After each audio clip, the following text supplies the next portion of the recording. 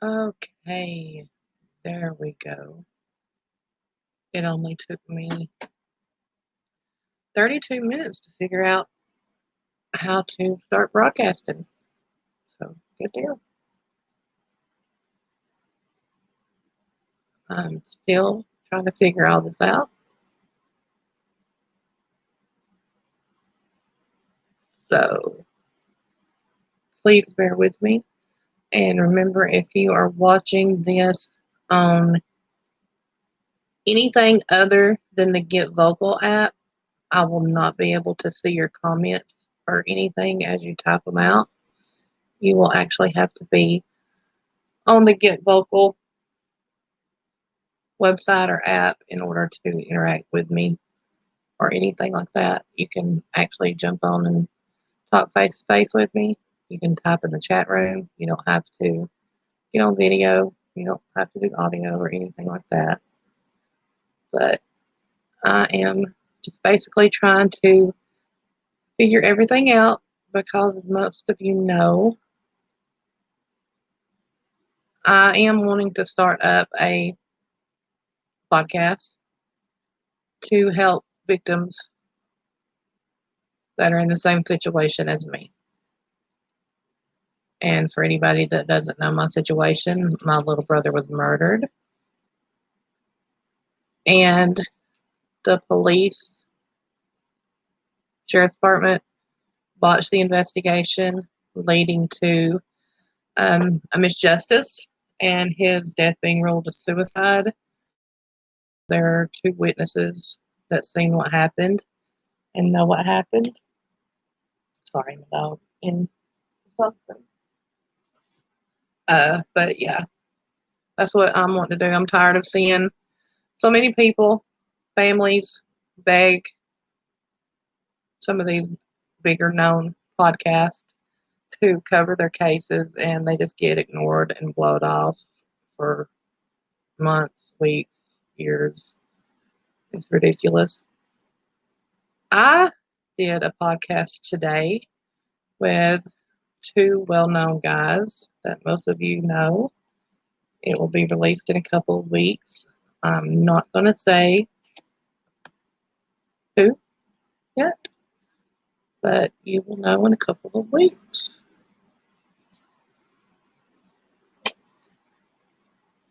Guess what I did? I literally traded something for a sheep into the ride for a light ride horse.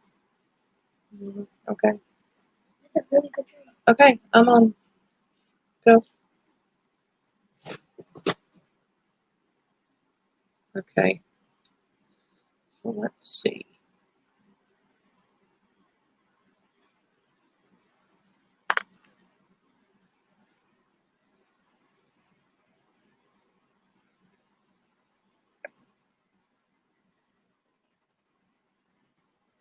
And bear with me, because I have not been on a laptop computer of any kind for years, and I'm used to doing everything on my smartphone,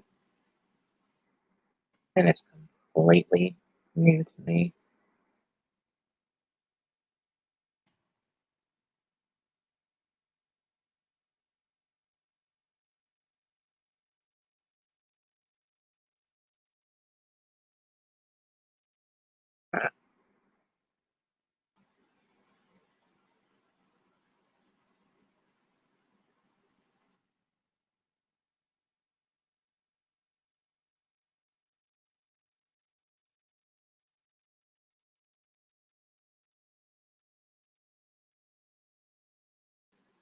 All right, I think I did that right.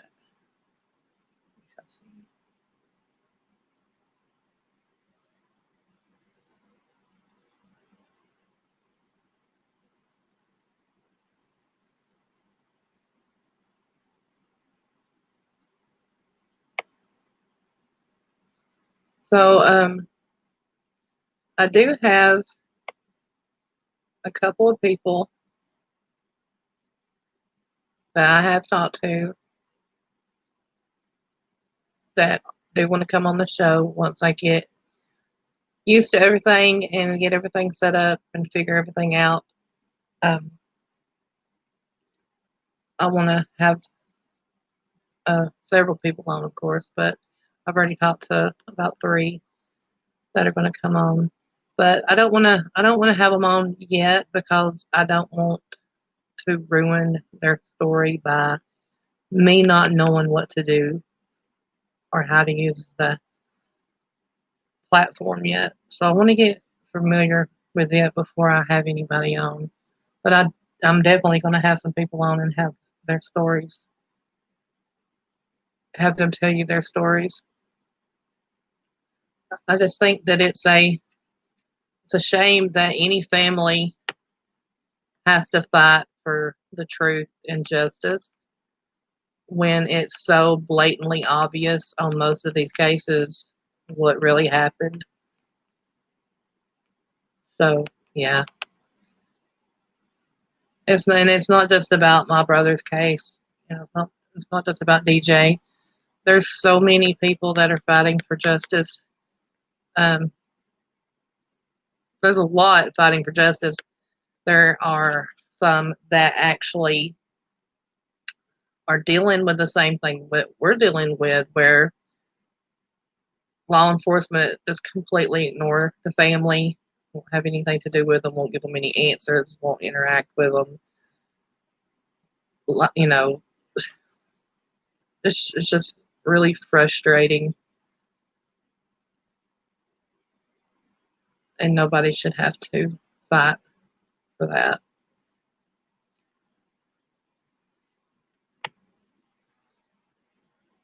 Okay, I need someone to jump on here because I am bored.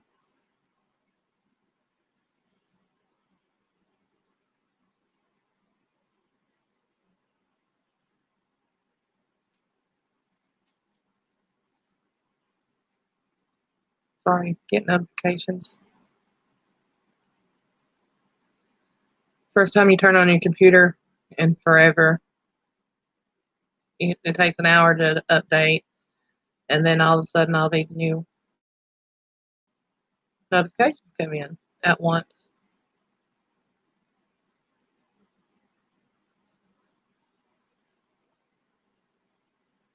Now I'm playing around with the screen, so hopefully I don't knock myself off.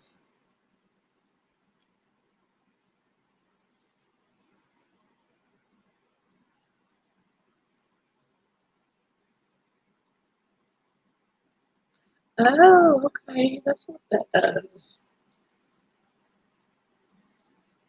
Gotcha. Look it better that way. All right.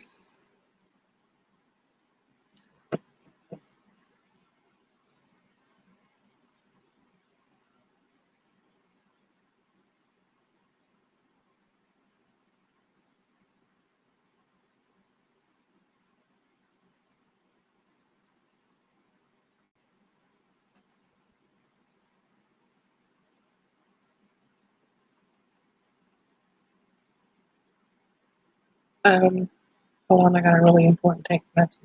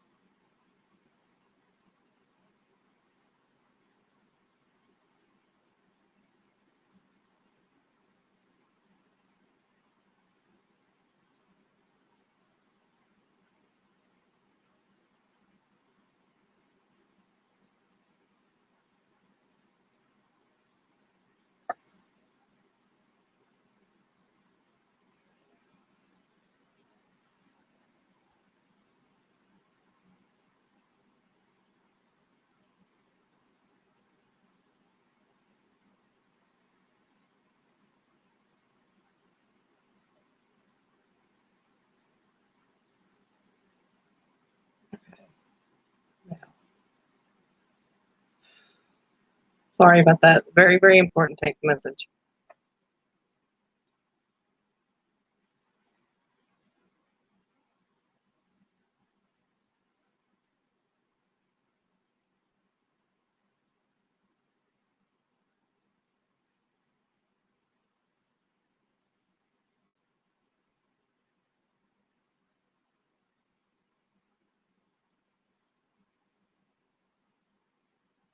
Okay, sorry about that.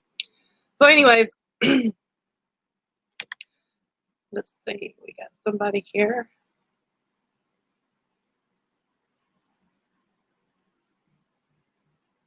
Hey, Wayne, how are you doing tonight? Feel free to jump on and talk to me because you are the only person here, and I would love to talk to you about anything that you would like to talk about. Or you can chat in the room. It does not matter. I am mainly just trying to get this up and going, trying to figure everything out to start my own podcast and everything. But if you want to talk to me, I'm willing to talk. You name it, we'll talk about it.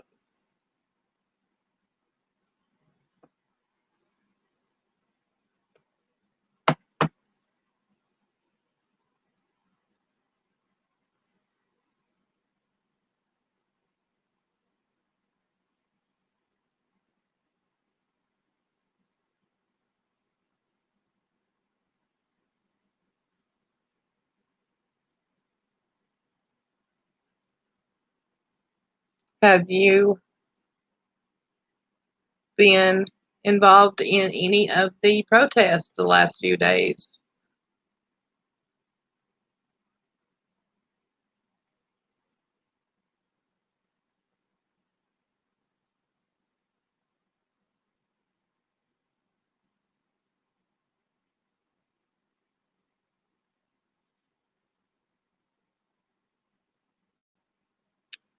Okay, no. Well, I wanted to go to the protest in Atlanta. Really bad. I wanted to go to it, but with me having cancer and everything and being, having the weakened immune system, it's hard for me to be around anybody. And it's just better for me not to be around people. I got to get out of the house though and start building up my immunity. But I'm not glad that I didn't go. I don't want to say that because it got so violent. Because I would have loved nothing more than to have stood up and fought for the injustice that's going on with everybody.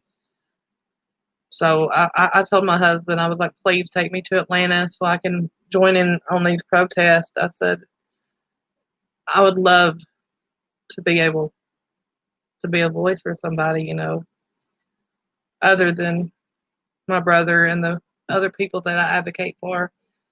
And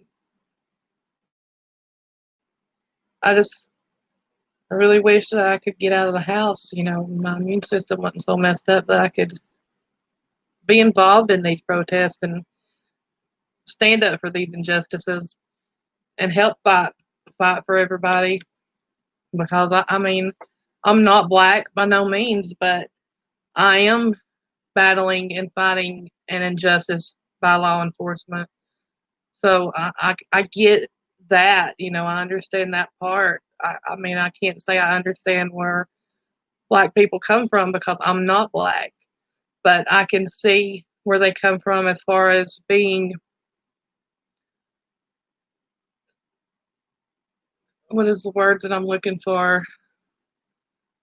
Just the injustice. I've been on the other side where I've been fighting for 4 years, law enforcement to get justice for my murdered brother, and they just completely ignore you. They won't have anything to do with you. It just, in my opinion, it's like if you're not one of them, or if you're not family with them, then they don't care about you.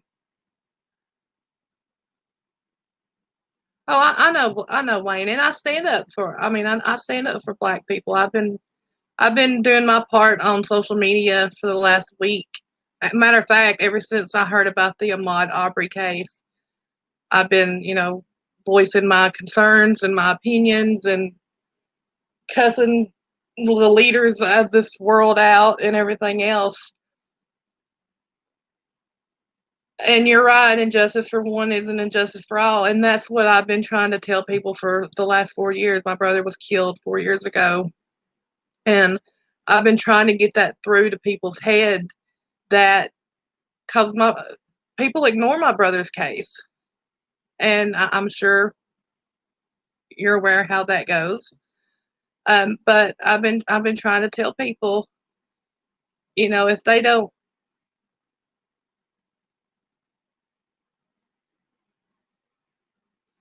I don't.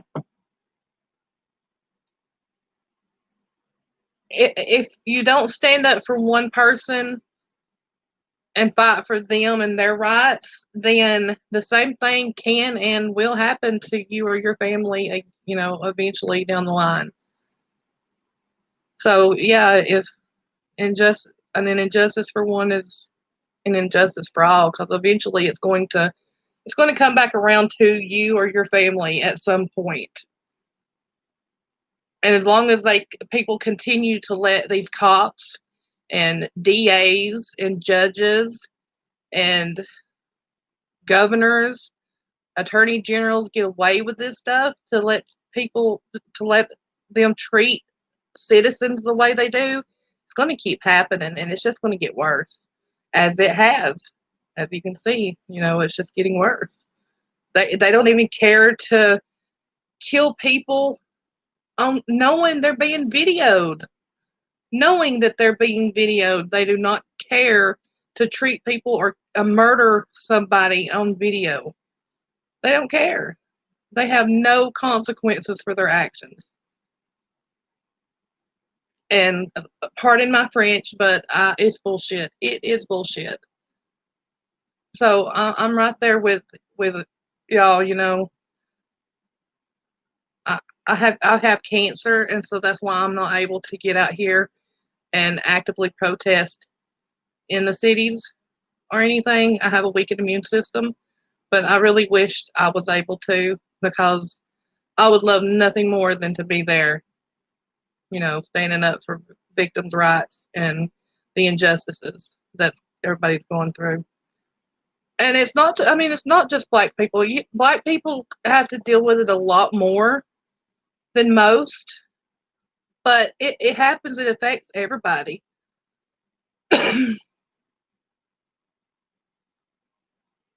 agree. There has to be some kind of discipline for the system and everything. Exactly, the law, it will continue. It's not necessarily police to police, because if the law enforcement police wouldn't act this way and do these things if they had consequences from the leaders or their bosses or the people in charge. They know they have no consequences for their actions. They know they can do, or this is my favorite. I feared for my life. It's like, you know, if you say those words, I fear for my life, it's a get out of jail free card.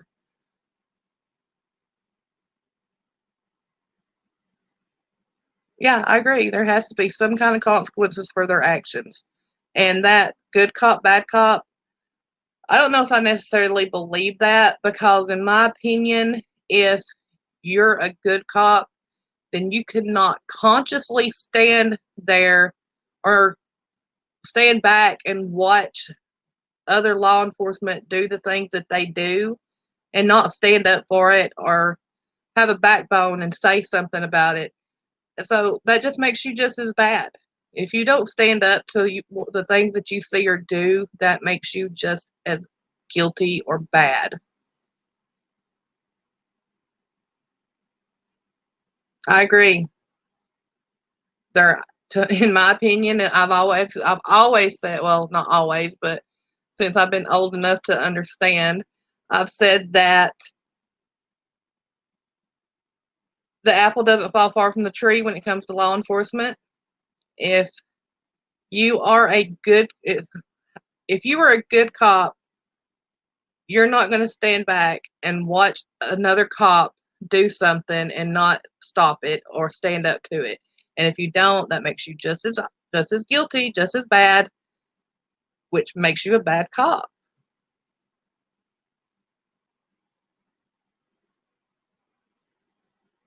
Exactly. The good cop is the one who stands up knowing that they can lose their job. I agree 100%. That's just like in my brother's case. It was he was shot and killed by his wife's ex. There was two witnesses that seen him get shot. The detective on the case say that it was a homicide. But because Georgia Bureau of Investigation ruled it a suicide based on false information that was given to them by the coroner, the DA won't present his case to a grand jury. We have on recording, my private investigator has on recording talking to the detective that handled the case, saying, yes, this was a homicide. If it goes to court, I'll stand behind that. But then my private investigator asked him, well, is there anything that you can do to change the DA's opinion on presenting it to a grand jury? And he's like, well, no, I don't have that. I don't have that authority. No, you don't have the authority to force him to present something to a grand jury, but you could stand up and say, hey, I know this was a murder. It's a homicide. This needs to be presented to a grand jury. But he's never done that in 4 years because he is a coward. He has no backbone.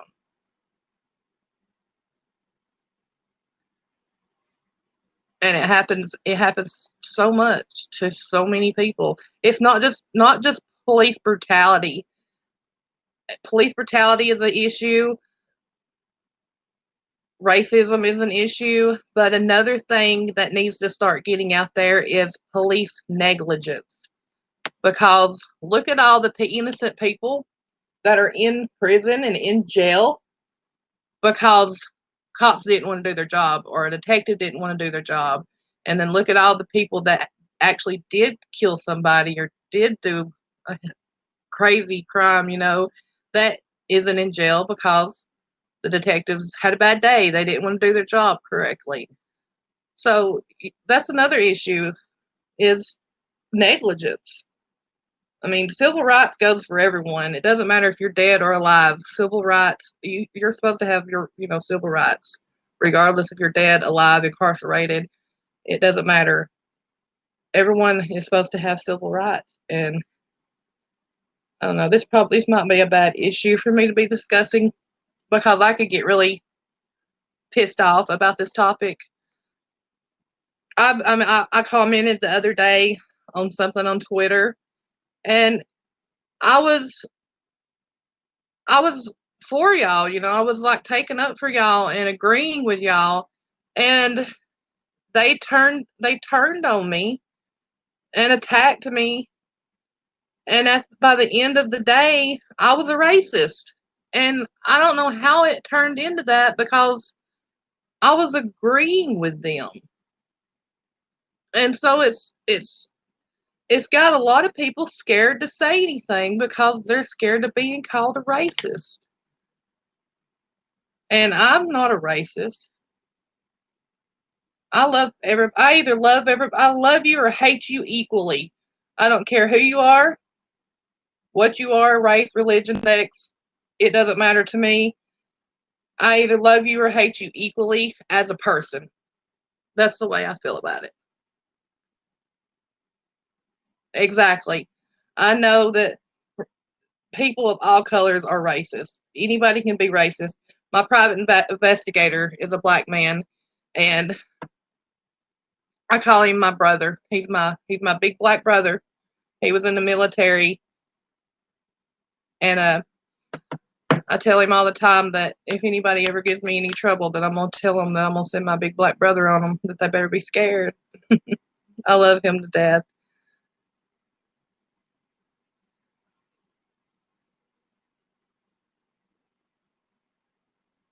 Where are you from, Wayne?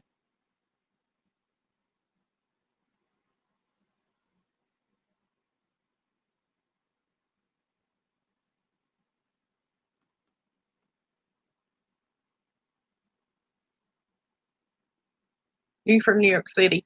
I have several friends from New York City. I have one friend from Brooklyn, and I've been to New York once. I went there about 10 years ago.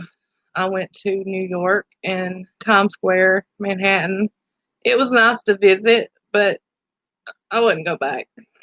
You couldn't pay me to go back. Too many people for me. Let's see, I think it was 7 miles from LaGuardia Airport to our hotel in Hoboken, New Jersey, and it took over 2 hours to get there. And the taxi fare was over $100 to go 7 miles, and I was like, "Yeah, no, I'll pass." I like it down here in the South where it's cheap to live. Is that you, Roseanne, that has in the chat room here? Let me see. Yes, that's you. Grab this spot.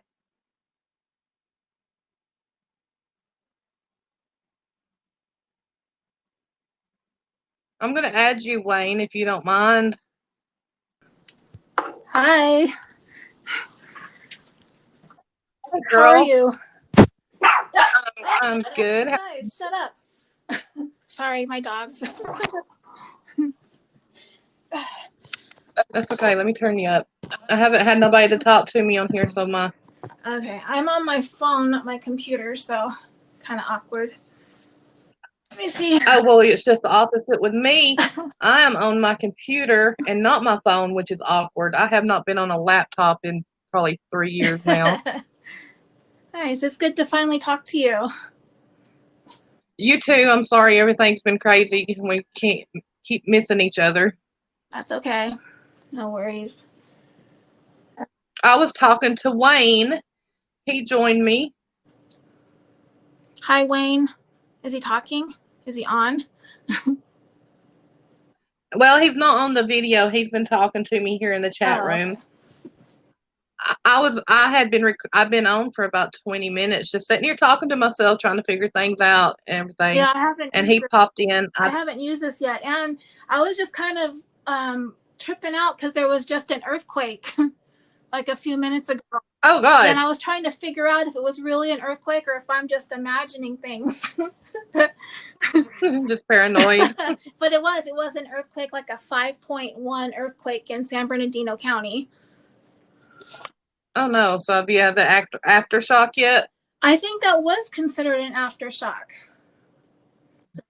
So that was the aftershock. I believe so. Yeah.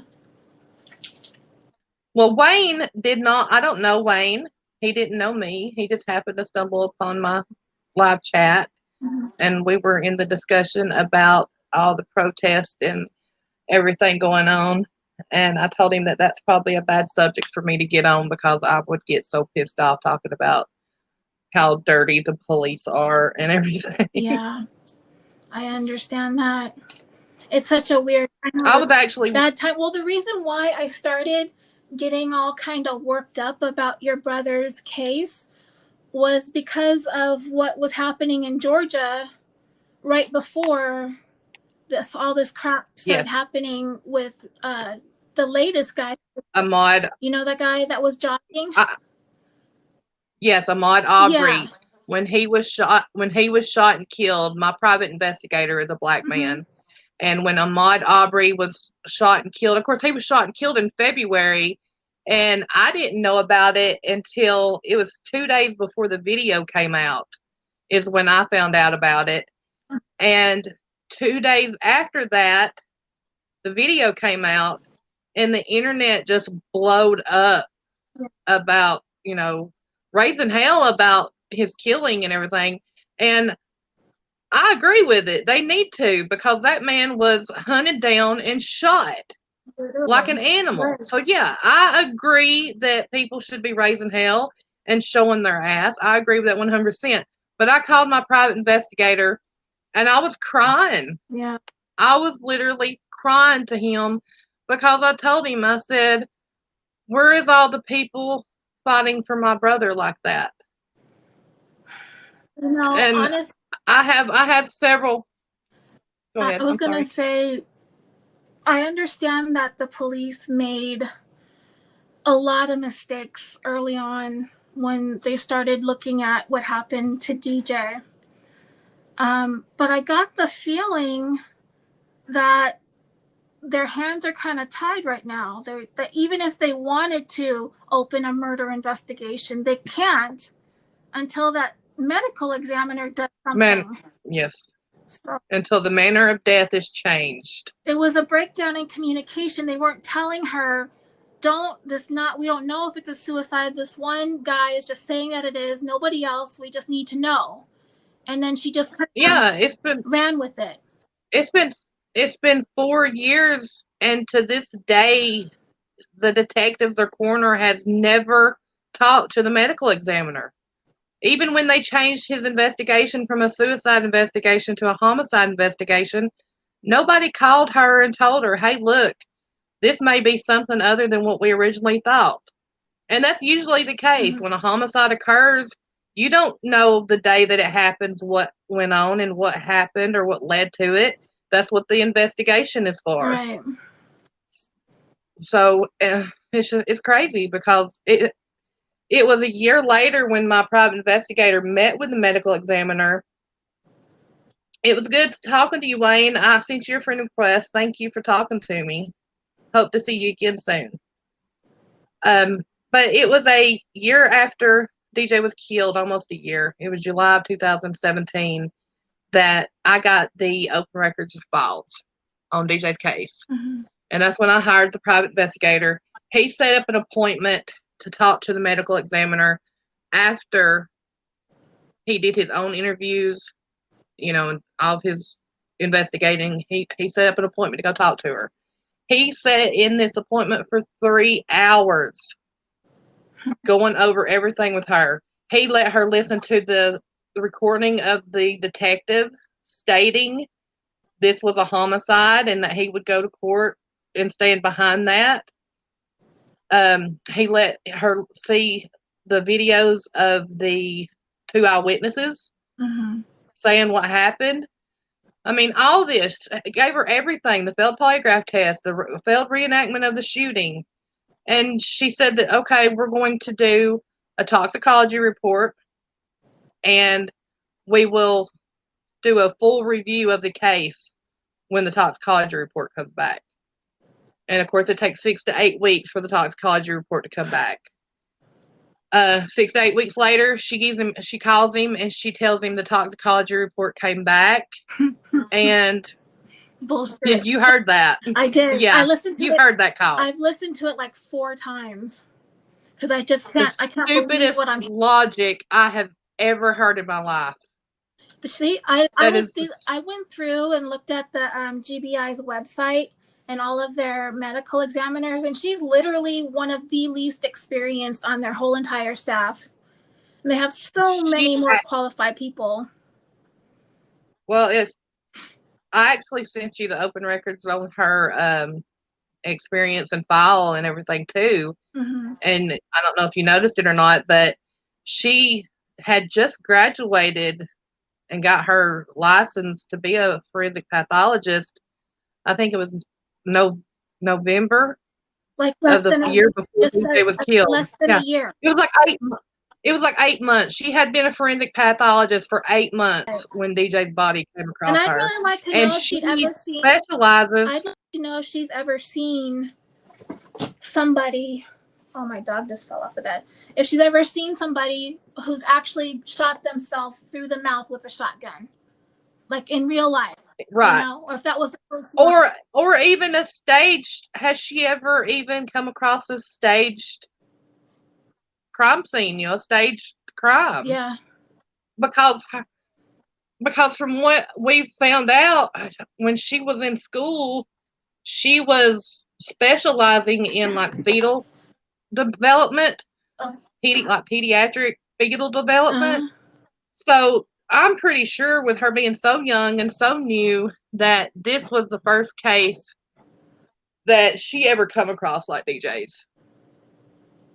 And I get why she ruled it a suicide in the beginning, because she was sent the information from the coroner that there was a witness who saw DJ shoot himself, which was the person of interest, and that the gun was removed out of DJ's hand, which was false information. Right. So if I got that information, I would say, okay, if a gun was removed out of his hand by the first cop that showed up, and there's a witness that's seen him shoot himself, yeah, it's a suicide. But then that's where her job comes in, to work with the detectives to find out if it was a suicide. And I don't really not. understand why she's taking his word for it and calls everybody else not credible because they were high or have a drug problem or whatever. They're all high. Right. Exactly. That's what I always said from the beginning. I even asked the detectives that, because they said that the witnesses weren't credible because they were on drugs or they had drug problems. And I asked the main detective. I actually even asked the district attorney that was in the office that day when they told us they weren't going to press charges or pursue charges. I asked them what makes him any more credible than the other two people. Right. Because, yeah, the other two people were on drugs, but the suspect was not only on drugs, but he's also the drug dealer. Right. So you're going to take one person's word over two other people's word, plus the evidence all points and leads to a homicide. Right. Yeah. I know, like I said, your discussion here is about cops, but I think your bigger problem is her. The police seem. Oh, when yeah. I listened to the phone conversation that Eric had with the detective, and he really sounds kind of sorrowful almost, in that there isn't anything that he can do, But there is something he could do. He could stand up for what's right. I mean, no, he couldn't pressure the DA to take it to a grand jury, but he could stand up for what's right and say, hey, we know this is a homicide. It needs to be presented to a grand jury. Right. But he's not going to do that because he's a young detective that just, got into the force and everything, and he's not going to put his job on the line. Yeah. And that's where I get where people say there's good cops and bad cops. If you're a good cop, then you're going to stand up for what's right, even if it means losing your job. I would. Right. Well, but that's the difference in me and other people. Some people wasn't raised like I was, so I really, I don't know. I don't know what to think. I don't know why everything stops with her. I don't understand that. Why? because she is the state crime. It's the state crime lab. I mean, how state crime labs works. What they say usually goes. And It's not like that. I don't think it's like that in California. California has their county coroners. Every county has their own chief medical examiner. Okay. So your county coroners are like actually medical professionals, correct? Yeah. There's no there's no California. There's no CBI. There's no right. thing. See, down here in the South and a lot of other states, but in the South, I know for a fact we have county coroners, and they have no medical training whatsoever. They don't have to have any kind of the only thing you have to have in Georgia is a GED and live in the county that you're going to be the coroner in. That are the only two requirements. Wow. So you have the county coroner, and then you have the state crime lab. And the county coroner is not authorized. He cannot do any kind of autopsies or anything like that. He has to send it to the state crime lab to do all that. Have you guys got a wrongful death lawsuit going on? Yeah, I've had it going on. I filed it in 2018. No. Yeah. I filed it a week before the statute ran out Mhm. because you only have a 2-year statute, and I filed it a week before the statute ran out. Mhm. But it was supposed to have went to court May of last year, and all the people hadn't been served yet, so it got put off until November of last year. And then come November, they screwed up and didn't have my case on the docket. So then it was supposed to go to court May of this year, and because of the coronavirus, courthouses were closed and everything. So it's been pushed to November of this year. So you do know where the person of interest is at? Oh yeah, I keep tabs on him. Okay. Man, what a frustrating case. I was getting so irritated. I was writing and I wanted to talk to you, and I had a lot of questions. I don't have my episode in front of me. Let me see if I can pull it up. And All right. do you are you on speaking terms with your niece and nephew's mom? Brandy, yes. Yeah.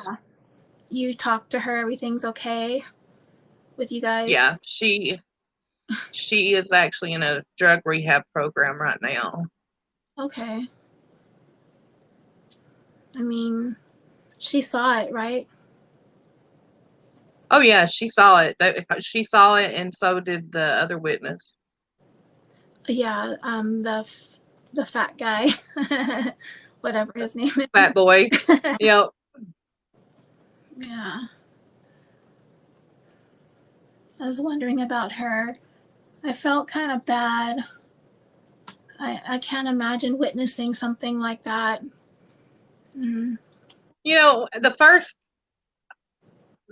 few months, I would say probably the first 6 months after it happened, we kind of all blame. Well, I'm not going to say all of us.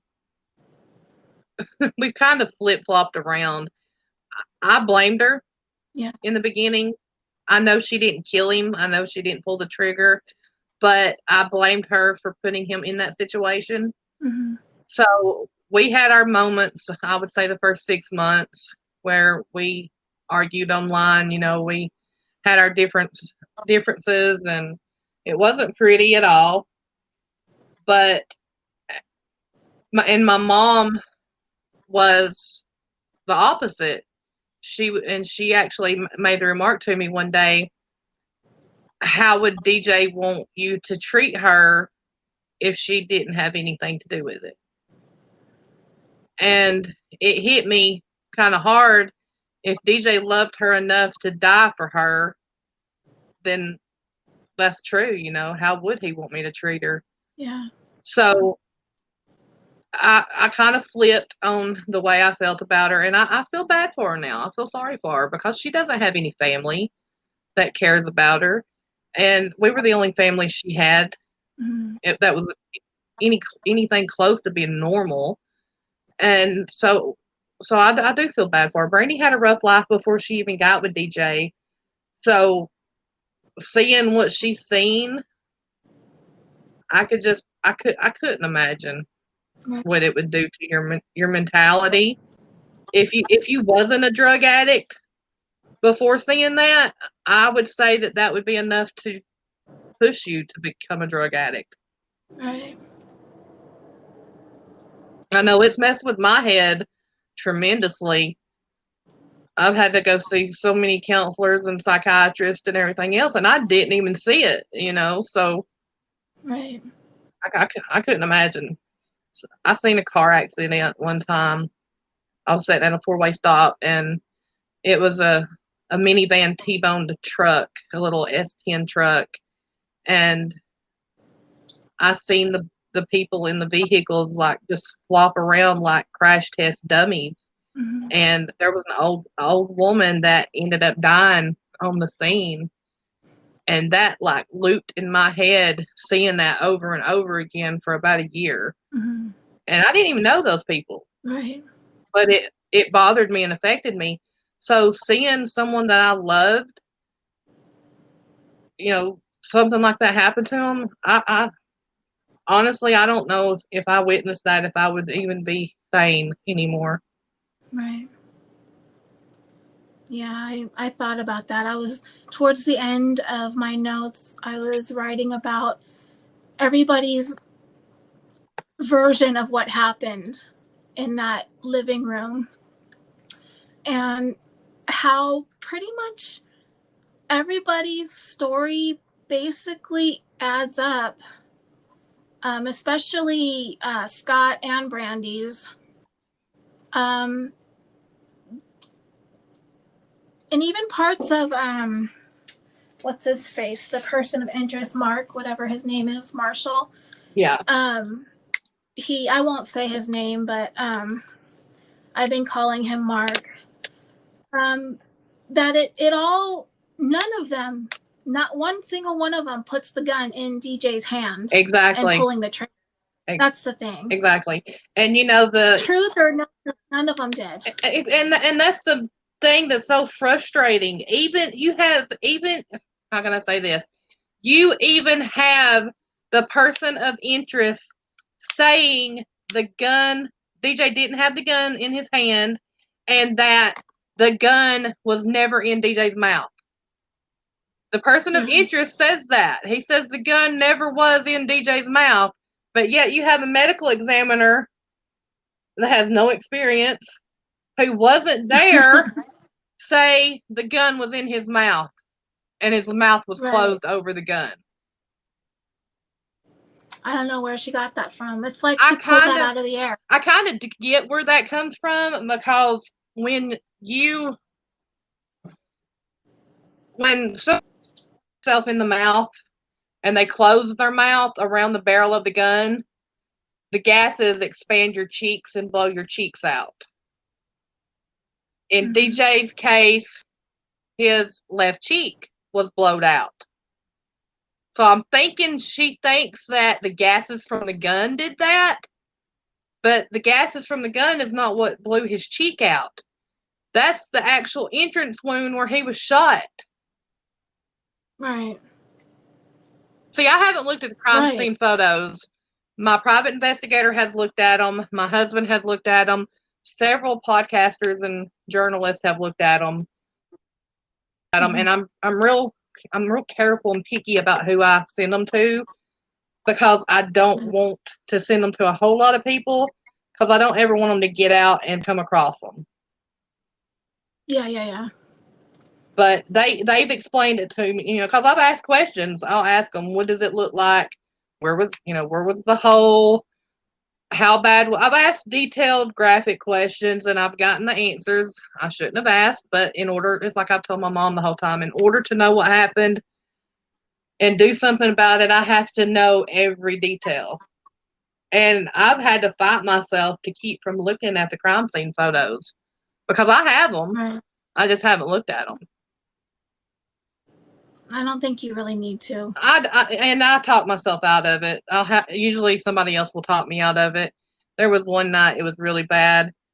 I was fighting with myself. I was saying to myself, I have to look at these pictures. I have to see them. I just have to know. And I had to call somebody and tell them I'm about to look at DJ's crime scene photos. Talk me out of it. And luckily they did, because if I hadn't called somebody, I would have probably got on the computer and looked at them and regretted it. Right. I did listen to Invisible Choir again. You're right. He did a really great job. Yeah, he did. And he looked at the pictures. I wouldn't look at them. I avoid crime scene photos as much as I can. Right. And I can't. I don't have. It's too traumatic for me. I covered Kendrick Johnson with Justin, and I just I avoided looking at all of those pictures as much as possible, but it's almost impossible because his parents the family put him out there. Yeah, I'm friends with Jackie, his mom, and she posts. Oh, good. She posts the pictures on Facebook all the time, and it's hard. Like you said, it's hard not to look at them because she posts them, And I get why she posts them, because she wants to, she wants people to see what her son looked like, versus when he was alive versus when they found him, or when everything. But man, they're really hard to look at. Yeah, I avoid it. And most of the time when she posts them now, Facebook has put in the graphic warning to where you have to click it to accept to view the picture. Hold on a second. Yeah. What is it, babe? Yeah, you watching me on YouTube? Yeah. Well, you can go. You can go in there and watch me on YouTube and listen to me. Okay.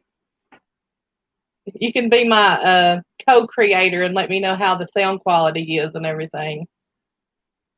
Is it right now? Yeah, it's live. It's right now. I'm talking to her right now. That's crazy.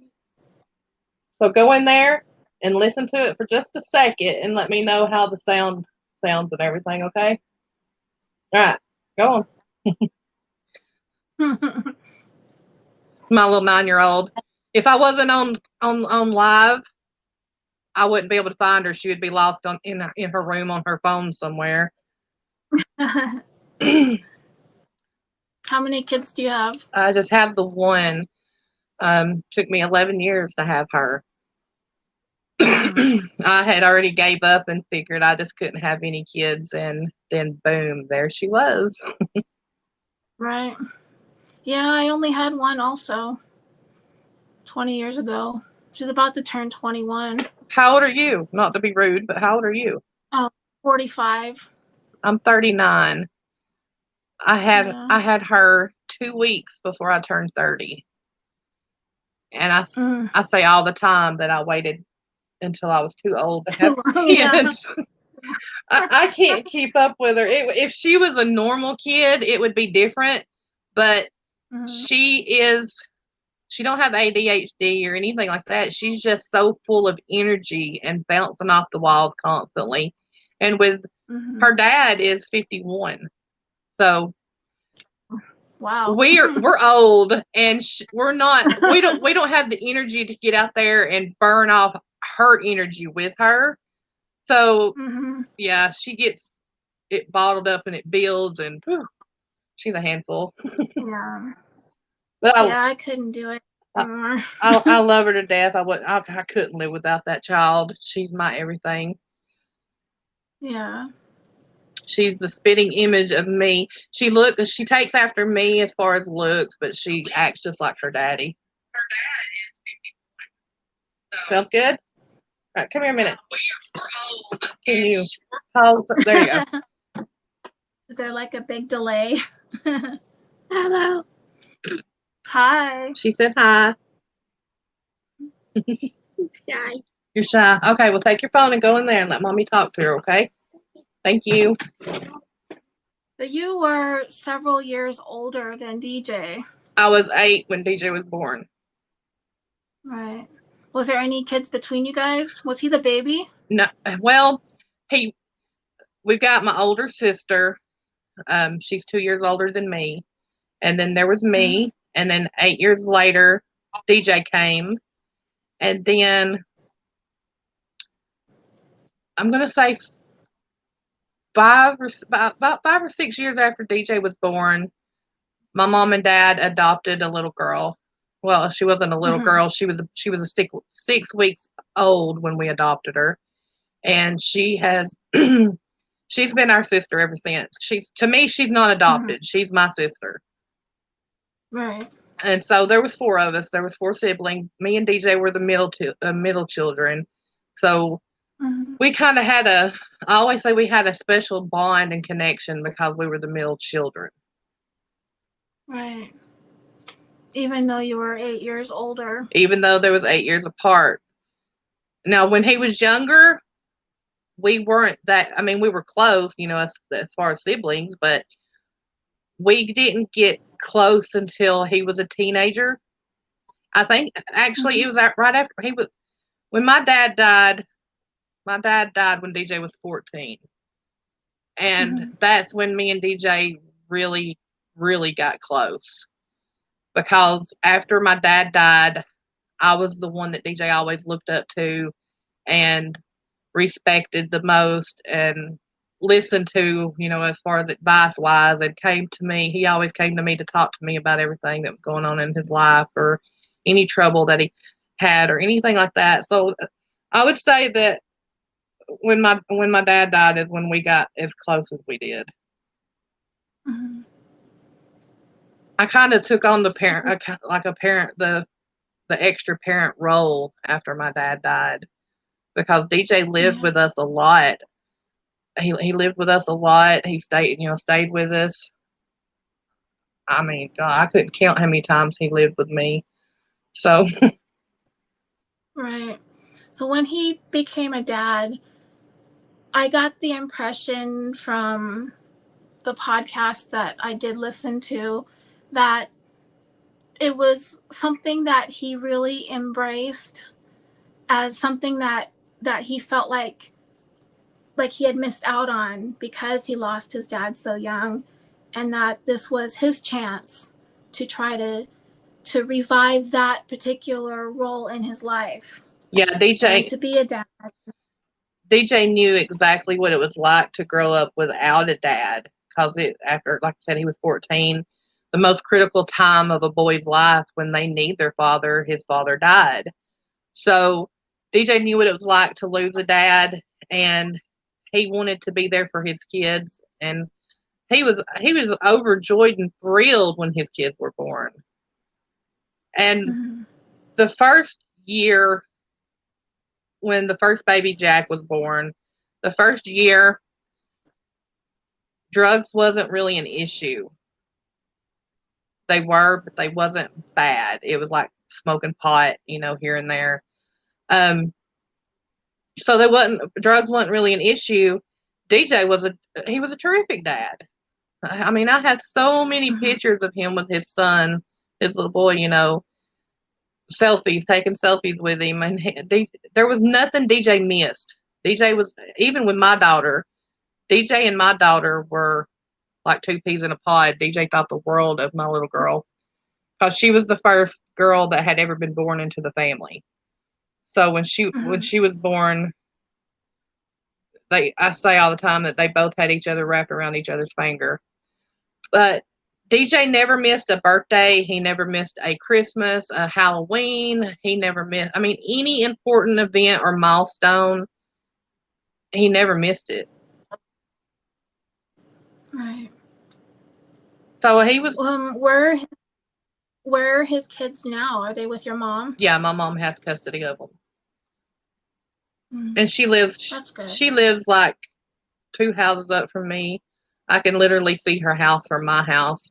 So I used to be able to say, luckily, I get to see them whenever I want. But with this virus going around, I haven't been able to see them as much as I'd like. But they're my world. I love them to death. They're so much like DJ. So much like DJ. Right. Especially when he was a kid. They're so mean. They are. They're so mean and sneaky, especially the twins. They're identical twins.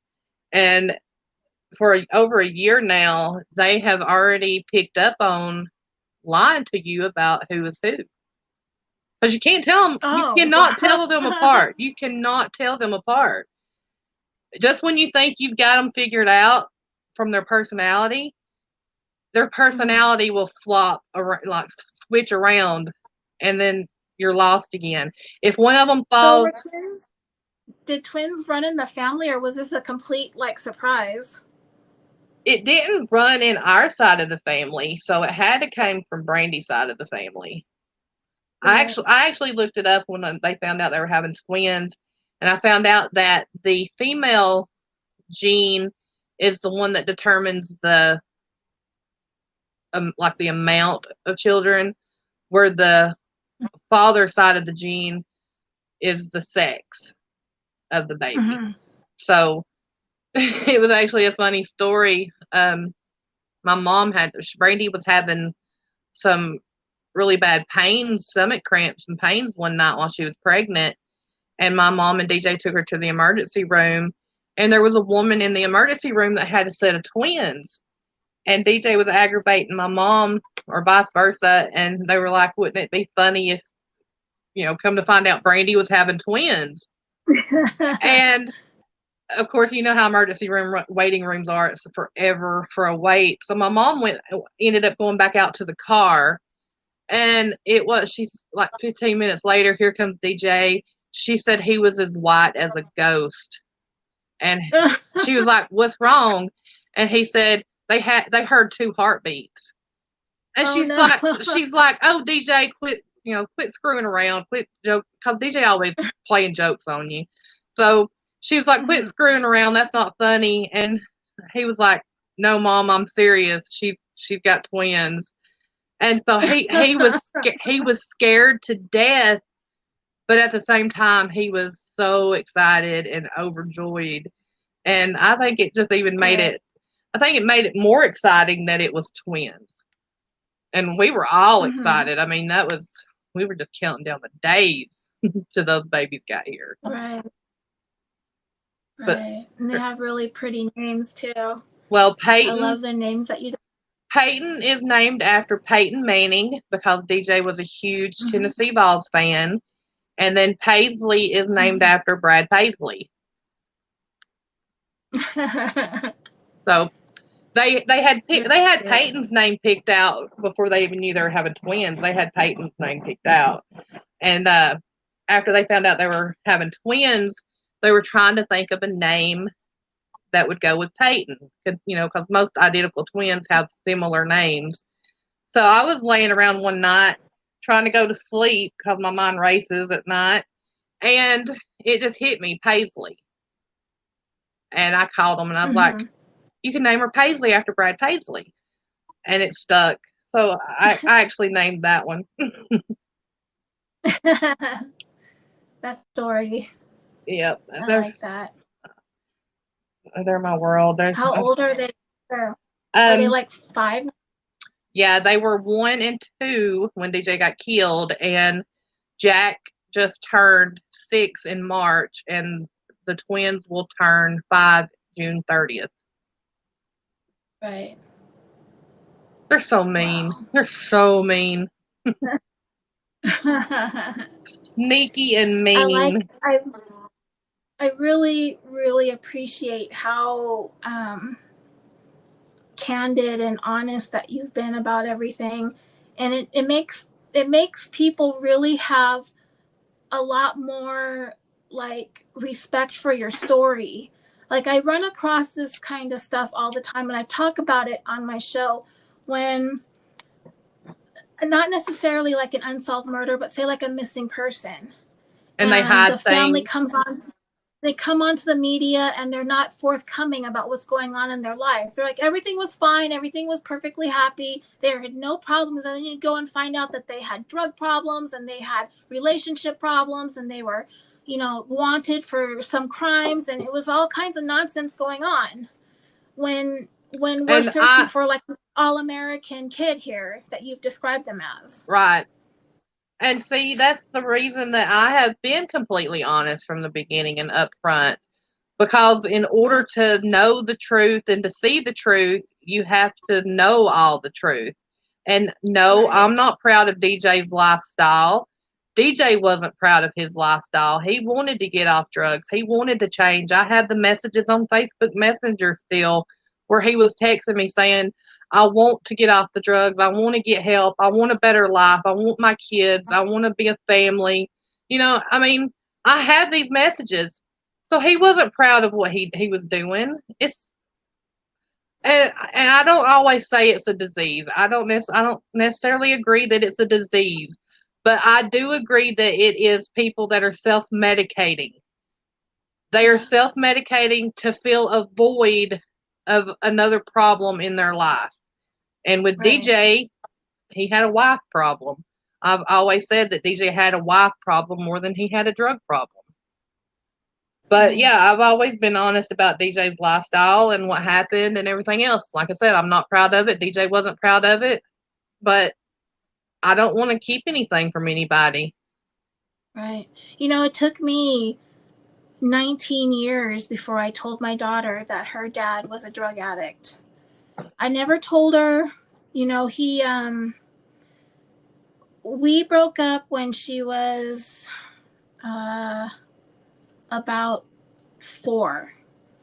And the drug problem had just gotten so bad that he started stealing from me. So I said, that's it. That he kind of crossed the line with that, stealing like Right. the stereo out of my car, stealing my TV, just stuff like that. It's just really like shitty stuff. Right. So I left and we kind of kept our relationship sort of friendly, but then he went to jail and he kind of became a non-issue anymore. And I didn't tell her right away that he went to jail because she was still young and I wasn't sure what I was going to say. But he ended up writing her a letter from jail and he told her himself. So it was kind of shocking to her. So for a long time, I just said, your dad I didn't have any reasons for his behavior. So Right. finally, after she started working and she got into college and she was driving and doing her own thing, her dad was still in jail. He actually just got out. He was in jail in the United States for about 8 years, and then he just finished maybe another 3 or 4 Wow, what years. did he do? It I mean, was you a don't have to strike. talk about it. Oh no, he got. From what I know, is he stole a car, but when he did that in California, it was a second 3 strikes, strike. you're out. Yeah, the second strike got him a double sentence. So it was like 8 years. And then he was deported to Mexico. Right. And, oh wow, I just saw the news that George Floyd had the coronavirus too. That's bizarre. So he must have not been feeling well or something. He couldn't breathe. I'm not even going to go there. Okay. Because Anyway. I would tell you straight up that they're going to try to say that's what killed him. Well, we'll see. I mean, I'm sure that the knee in his neck didn't help. Yeah. But anyway, after he got that conviction, he was in jail for a really long time. He got deported to Mexico, and then he did some more crime in Mexico, and then went to Mexican jail for a long time. So he just got out, and I told her, I said, your dad, he's not a terrible person, and that's what I wanted to tell you when you were talking about being candid and honest and open. It's like, just because somebody has been struggling with a drug addiction for a long time, it doesn't make them not a good dad or not a good friend or not a good human being. And that's what I tried there. I don't know how to explain it. DJ's case has got a lot of attention, a lot of the media attention, podcasts, the Discovery ID, Nancy Grace. And I've had DJ's petition up for almost 2 years now, and I am struggling to get to 30,000 signatures. It's been viewed over 100,000 times. I've got fundraisers. I've got a GoFundMe. I have a PayPal pool. I even made a Cash App the other week because I was funding DJ's case myself out of my pocket. But after I got diagnosed with cancer and I had the $100,000 surgery and then the treatment, the funding for DJ's case stopped. I can't afford it anymore. And so I'm having to rely on donations. I don't get them. It's like people don't care.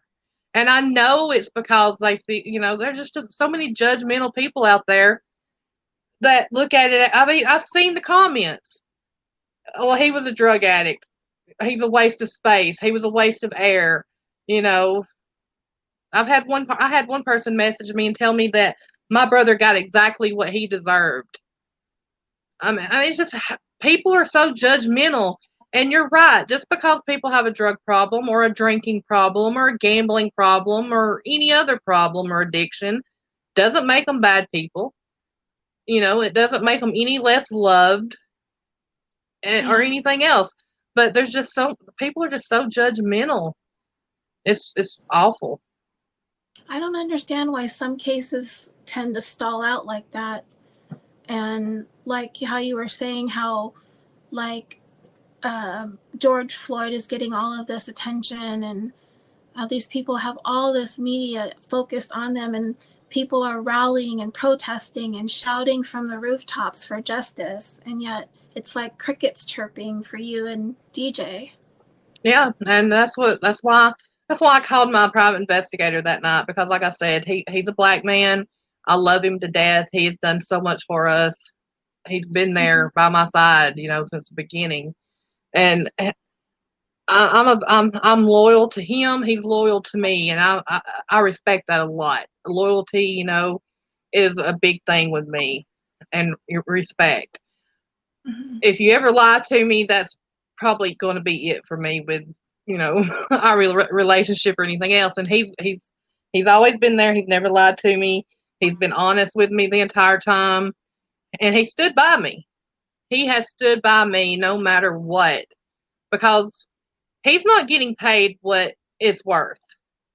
And so I give him props for that, because he's all about justice. He knows what happened. He knows DJ was murdered. And so because of that, he's continuing to fight for us, for DJ and to help us. Even from the beginning, he said, let me figure this out. I don't want to hear your side of it. Let me figure it out, and I'll judge for myself. And he believed in you guys. Right. And so I respect him. I respect his opinion. I respect his, everything. So when I had that really bad night when Ahmaud Arbery was shot and killed, and the internet was just blowing up about it and raising hell, which I'm not saying that didn't need to happen, because it did. People needed to speak up. People needed to raise hell and to fight for injustice. But it upset me. It upset me tremendously, and I was crying, and I reached out to him because I wanted to talk to someone on the other side, from his point of view, from the black community, from the black point of view. But I told him, Eric is his name. He's my private investigator. He told me over a year and a half ago that if DJ was black, that the FBI would have been all over this case from the beginning. And that's coming from a black man.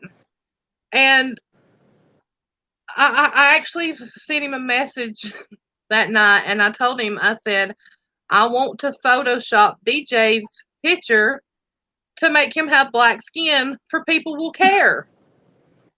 And he called me, and he's like, calm down. I completely get it. He said, I understand. I know what you're saying. He said, and you're right. He said, but this might help you. All these people raising hell about Georgia may help DJ's case. Well, that's what got me started on this. I started thinking about you again, and I'm not doing an episode on Ahmaud Arbery. I'm doing an episode on DJ, because obviously he's getting enough attention. I don't really feel like I'm the right spokesperson for the Black Lives Movement to begin with anyway, but I really started to feel angry about the things that go on in Georgia. It's not the first time, and they have a long history of corruption. I was looking through some articles about some of the past officers and politicians, and it's dirty. They're dirty people. Very dirty. That's like the sheriff, the DA, and the coroner of the county DJ was killed in have all been in the office for over 23 years. This year is an election year. The sheriff is running unopposed again. No one ever runs against him. No one ever runs against him. And I know why. Everybody knows why. It's because if they did, he would make their life his officers would make their life a living hell. That's crazy. They're dirty. That's crazy that kind of stuff still happens. I'm all for term limits. So for it. Anyway, okay, I'm glad I got a chance to talk to you. I am done writing writing the episode. So I probably will try to sit down and record it tomorrow. Last of it, I just went through everybody's stories. I was comparing what Mark had said to what Scott had said, to what Brandy had said, and to what the medical examiner had said. And she's the one that looks the stupidest out of all of these meth heads. She's the dumbass, honestly. Yes. I don't want to say that. And I don't have. I've said all along that they're just covering this up because they don't want their credibility exposed or thrown out there. But that's already been proven. Their credibility has been thrown out the window a long time ago. Have you had has Eric Eccles had any other more experienced or more renowned medical examiner or forensic pathologist look at DJ's pictures?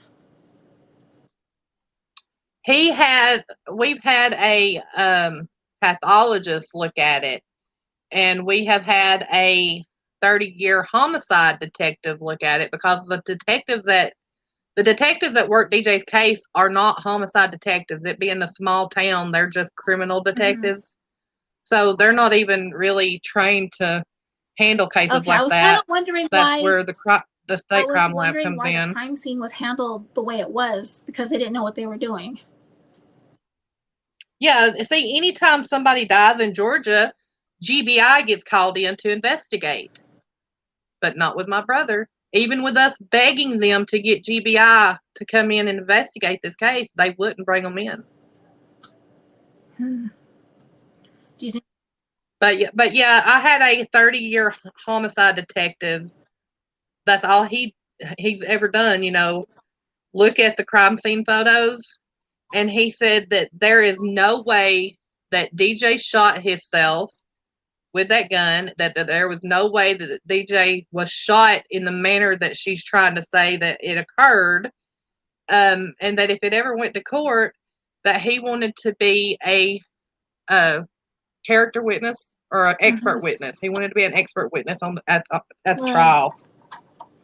Hopefully. I don't know what it's going to take. Does it have to be her changing her opinion? I don't know. We could have another forensic pathologist review, because DJ was cremated, so we can't exhume the body and have another autopsy done. But forensic pathologists can go by the crime scene photos, the autopsy photos, the investigation report, the witness. They can go over, everything they have and come to a conclusion on the manner of death. And they do that all the time. And that's what mainly right now I'm working towards with all the fundraisers, is trying to get the money up to hire another forensic pathologist. Now, I'm not going to say that if I do get another opinion, if it'll do any good. The DA could still come back and say, well, our state crime lab said that it was a suicide. They're dirty, so you never know how they're going to react. Yeah, DJ's texting his mom to come pick him up, and then 3 minutes later, he's shooting himself in the face. Right. Yeah, he's texting her to come pick him up because he's afraid for his life, and then 3 minutes later, he's dead. But they said that those text messages, they didn't feel like were him feeling threatened. Oh, really? What part of that? The I'm about to die, or come save my life, or we're trying to kill each other? Yeah. What part is not threatening or someone fearful for their life? God. And that gun belonged to Mark, right? Yep. He actually pulled it on DJ and Brandy a couple of days before and shot it off into the ground. Right. God. Well. And there was actually 6 people in the house that day when the shooting occurred. 2 seen what happened. The other ones heard what happened. But every single one of the 6 people said the gun belonged to him. But yet, he's the only one that says that the gun belonged to DJ. And it wasn't collected into evidence or anything? Oh yeah, it's collected. It's still sitting in Oh, the evidence room. They've just never sent it off to process it or print it.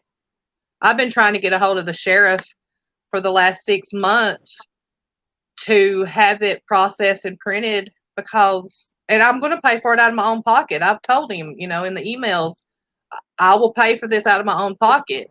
Just respond to me to set up a date or a time, a meeting, where we can set this up. He won't respond to me. They won't have any. They won't have anything to do with me or Eric anymore. wow. So what do you do next? They just want it to Just go keep. away. They just want it to go away, and that's even the attorney general. Nancy Grace was going to meet with the attorney general to talk over the case with him, and he relayed the comment through his secretary that he would not be talking to or meeting with any media or family on this case. But yet, on the Ahmaud Arbery case, he's made several press conferences and statements on all the protest and rioting over the George Floyd death. He's made all kind of comments and press conferences and releases. And it's, as a matter of fact, my private investigator called him out earlier on it. Right. It's because it looks good politically and for their career. Exactly. They don't want to be called racist, so they have to say something. Ridiculous. I can't believe it. It's I know. bullshit. All right. Well, I'm going to try to get back to this tomorrow. One of the podcasts, I don't know if you noticed, I just noticed that they're going dark in protest, but of the what's going on with George Floyd, all the podcasts seem to be going dark for the week. They're not releasing any episodes, but I'm not doing that because I did want to get DJ's episode out soon, but I also had a whole bunch of episodes planned for Pride Month as well, so I don't want to miss out on an opportunity to put as many stories as I can while I'm feeling good about it, and I feel really good about it. Right. Well, I know yesterday was Blackout Tuesday, and everybody was, went black and quiet for Blackout Tuesday. And they put off shows and all that, and till today or Thursday. But I haven't seen anything where they're doing the whole week. But I also know that yesterday was Gun Violence Awareness Day, and so people completely missed that because they were participating in the Blackout Tuesday, which I participated in, and I was supposed to have my live broadcast last night, and I put it off till tonight because they do deserve that one day. They deserve a lifetime of respect and peace and quiet and silence. So yeah, I put it off till today. I turned my profile pictures black. I did post things bringing awareness to their cases and just the fact of how police brutality is and negligence and everything else. But you've got Gay Pride Month. You've got yesterday was Gun Violence Awareness Day. The whole month of June is Gun Violence Awareness Month. Right. And so there's a lot of things going on this month and this week. To be honest with you, that people are missing out on. When I messaged you a couple weeks back and I said that I was hearing all this crap about Ahmaud Arbery, I'm getting kind of like worked up about the law enforcement and the justice system in Georgia. I want to go back and hit on DJ's case again. It didn't even really occur to me how vastly different his case is being treated because he isn't African American. Didn't even really dawn on me. I was just so focused on. I can't say that though, because if I say that, I'm a racist. Right. And I just recently covered a case that happened in Tennessee where this white couple was murdered by a group of black men. And the case got absolutely no media attention whatsoever. And it was such a horrific case. But everyone avoided it like the plague. Like if the media were to say anything about it, they were afraid to. They were afraid to go there because they were going Right. to come up as being racist. Oh, well, these black people attacked these poor white people, you know. And it didn't. Right. And and that's where I come in at, as everyone deserves to be treated equally. No matter your race, your religion, your sexual preference, whatever. Everyone deserves the same equal treatment. If it's media coverage, if it's how investigations plan out, your civil rights, the way you're arrested, the way you're treated, every aspect of your life, everyone deserves to be It's the treated the same. media. The media is the bias too, you know. Yeah. The, I agree. I agree 100. It's the media, and it's also the leaders of this country. For sure. Well, anyway, I'm gonna get. And I don't even get Neither do political. I. I stay out of politics. I don't trust any of them. I tend to stay away from it as well. That's why I don't really, when these social justice movements start happening, like I try to stay quiet. Like the other day, my daughter was posting on her social media stuff like, no justice, no peace. And I'm like, I don't really care for that sort of stuff. I don't think it's a good look for you.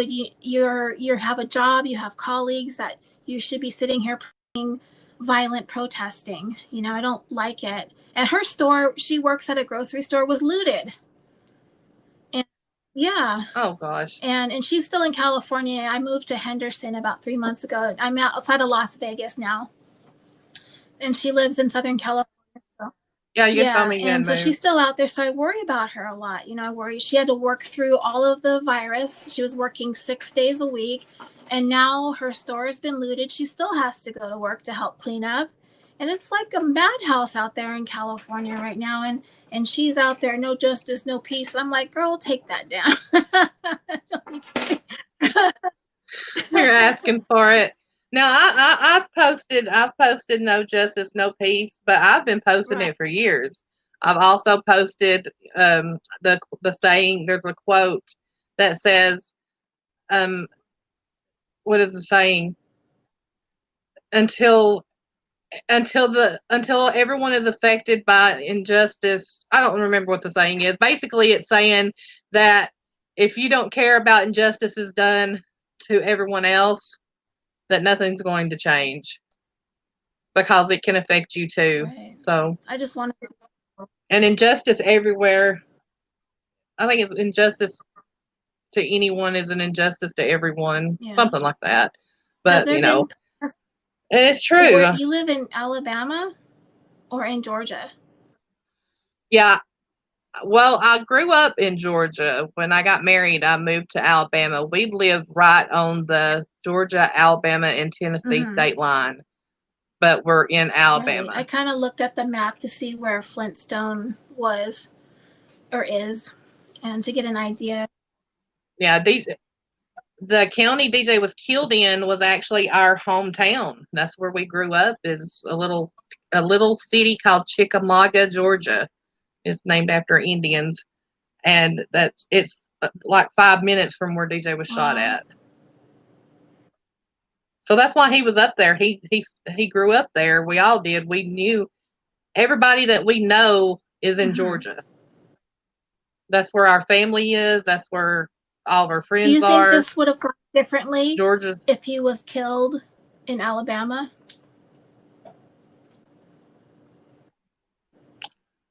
I don't know, because I've never dealt with law enforcement in Alabama. I've lived here for 12 years. I've never had to, call them, or I've never had to interact with them or anything like that. So I don't know how they work.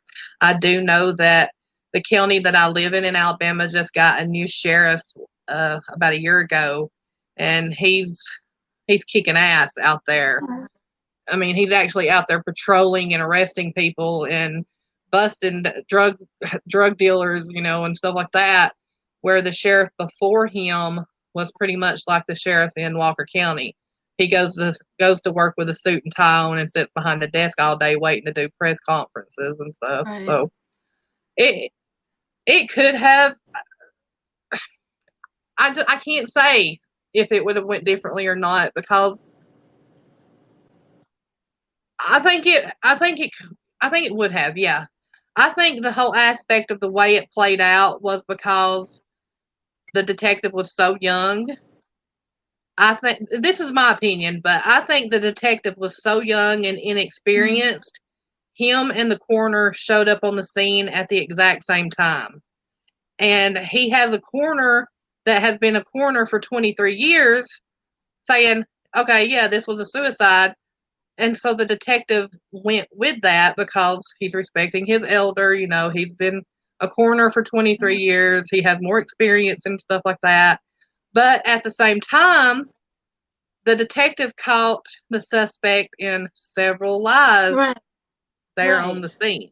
He changed his story continued to from the phone investigate. call to didn't he change his story from one 911 call to another?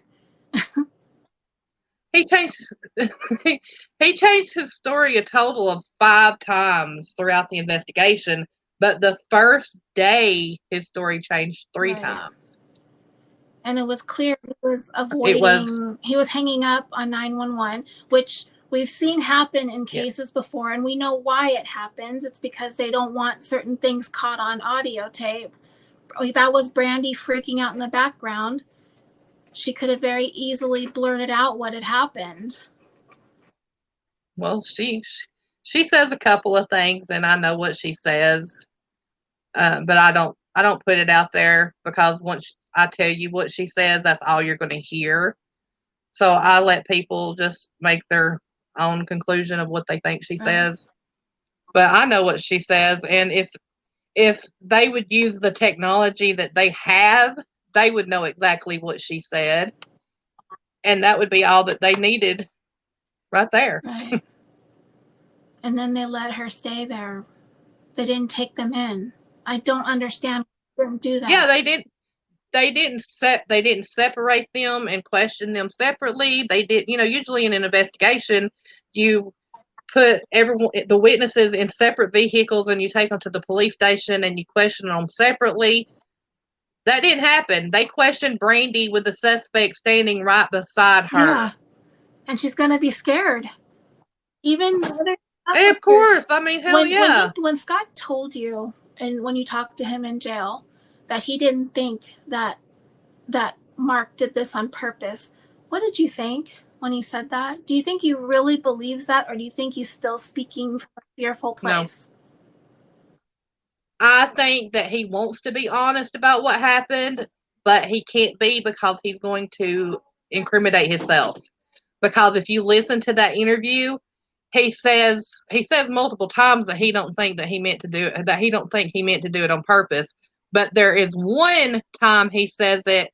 He says, I don't think he meant to do it on purpose, and I know I lied about it in the beginning, but for all I knew, he could have shot me next. Right. So he contradicts himself. Yeah. If he don't think he's that type of person to shoot somebody on purpose, then why do you think he would have shot you next? Sorry, my room is getting dark. The sun's setting. That's okay. My lamp is. Anyway, I have to get going. I got to go walk the dogs and make dinner and stuff. But thank you so much for talking with me. I'm going to go back and go over my notes again and probably put some of the things that we talked about in, and hopefully record it by tomorrow or Wednesday and get it out there. I appreciate it so much, and I'm sorry that we have just collided with our schedules and everything. There's a lot of days that, well, we're on that big different time zone difference, and then another thing too is my health. I never know from one day to the next if I'm going to, be asleep, if I'm going to stay in bed all day, if I'm going to feel like moving. I just don't know, and that's mainly what's been the problem. Is I just got over E. coli. I had E. coli for the last 12 days, and it was awful. You try to eat healthy. I ate 2 salads the week before I got sick. I ate 2 salads that had spinach in them, and I got E. coli. So, yeah, from a it restaurant or wasn't from a fun. grocery store? It was from the grocery store, and I always wash my vegetables and fruit, but this was supposed to be an organic, already washed and, ready to go, so I didn't wash it, and my fault. It was my fault. Because I trusted someone else. It was my fault. All right. Well, I'm glad you're better a little. Anyway. Thank you. Yeah, I'm getting back to normal. So, but I'm glad we got to talk, and I really appreciate your help. And I'll message you when everything's ready to go and when it goes live and everything. All right. Thank you so much. You have a too. good night. Good night.